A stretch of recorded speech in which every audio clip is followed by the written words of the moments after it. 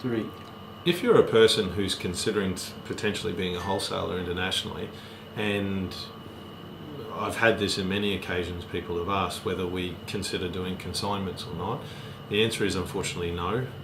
We have, to be brutally honest, we have been unfortunately burnt too many times in the past, and recovery of items or funds outstanding is inordinately difficult, and so ultimately we made a unilateral decision within the business that we would not do systems on consignment, both nationally and internationally.